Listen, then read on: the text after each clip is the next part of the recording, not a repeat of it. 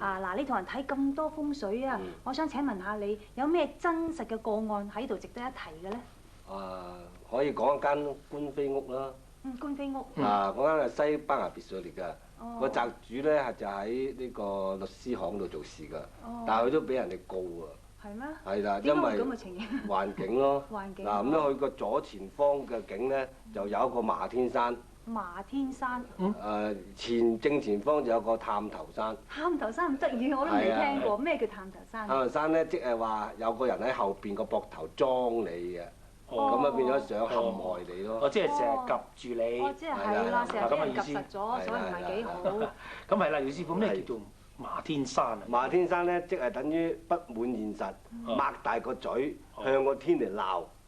即係山嘅山形咧，好似擘大個嘴向天嚟鬧天。咁啊，真係鬧天好鬧天唔得㗎天都可以鬧，就會有官非同埋家嘈屋閉㗎啦。咁樣嘅情況。啱啱間宅咧，裡面個官非位仲種咗好多糾纏不清嘅蔓藤添。咦？種蔓藤又唔好㗎？唔好啊，糾纏不清啊嘛。咁啊變咗咧就因為呢兩種嘅巒頭同埋理氣配咗之後咧，就變咗有官非啦。咁嘅情況。咁如果倘若真係，如果呢個事主真係咗犯咗呢啲咁嘅事宜咧嚇，咁啊咩方法可以化解咧？嗰啲係土鬼啊，即係個山頭啊嘛。土鬼。我哋咧就用木鬼嚟克啊，因為木克土啊嘛。嗱咁樣木鬼咧，一個木字一個鬼，係咪葵樹啊？係啊。好啦，我哋就喺個左前方種咗好多葵樹，攔住嗰個麻天山，咁咪得啦。即係淨遮住。即係擋住佢。係啦。即係擋住佢。正前方用個篷，帳篷好靚嗰啲咧，遮住佢，唔俾佢探頭裝到你。遮住咗個探頭係咯，唔俾佢睇，阻住咪冇事咯，係咪？裏邊個官非位咧就抌咗唔愛嗰啲蔓藤。係啊！既然講開蔓藤，既然家居屋企亂咁種嘢唔係幾好啊，咁我哋應該種啲乜嘢對於風水又好，對於家居環境又靚嘅咧？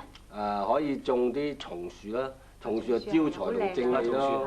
花位咧可以含笑啊、百合啊嗰啲大紅花咯。非常之好意頭喎呢啲。大紅花幾好啊，不過唔係好靚咁啊。大紅花都幾燦爛㗎，不過要小心擺啊。點解咧？嗱，如果你擺個婚姻位咧，天喜位可以催婚咯。咁咪好咯。係嘛？未結婚應該幾好咯，係啊，未結。擺喺嗰個桃花劫位就慘咯。哎呀，係喎。就犯桃花劫㗎啦。咁講起桃花劫咧，我想請問你咧，咁我哋做藝員啊、歌星啊、演員啊，咁應該人哋話擺落啲嘢落去旺一旺風水位，咁嗰個桃花位咧，咁我哋更加多觀眾㗎嘛，係咪啊？咁你又話唔好擺，咁我哋應該點做？藝員就唔同。藝員要多觀眾、多桃花就好，但係你哋嘅定力咁好就唔緊要。我哋定力好啦。不過我見我定力唔好嘅喎。係啊，你定力唔好，你千祈唔好教佢擺桃花位，好煩桃花。咁啊，廖師傅啊，咁啊喺神位裏邊咧，應該擺啲咩花喺度咧？神位咧就最忌有毒同有刺咯。咁啊，即係仙人球啊、玫瑰啊都有刺咯。係咪有啲刺？會吉親啲靈啊。咁樣。咁樣另外咧就有毒嘅。即係話罌粟啊嗰啲啦，萬年青啊嗰啲啦，富貴竹啊把刀片咁樣吉佢又係唔好嘅。咁嘅情況。咁啲寫字樓應該擺啲咩係幫助啲生意旺啲嘅？係啊，擺松啦。松樹好。最好㗎啦，招財同正氣就唔好擺竹喎，竹啊窒住啲財路一節節咁。咁富貴竹好意頭啊嘛，都唔好㗎。唔係，後來啲人改名啫嘛。咁嘅情況。咁樣咧就鐵樹又唔好喎。鐵樹好難開花結果嘅。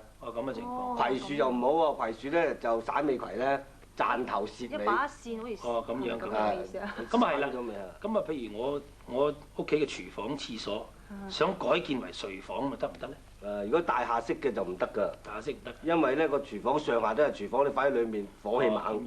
如果係廁所咧就健康唔好啊，上下啲廁所。咁樣我哋要避忌。要避忌，唔可以亂擺。我屋企嗰啲。亂咁裝修啊！好似係咁樣我屋企。係嘛？你冇事啊嘛？冇嘢。咁我而家都火氣都唔係咁大啫，係咪啊？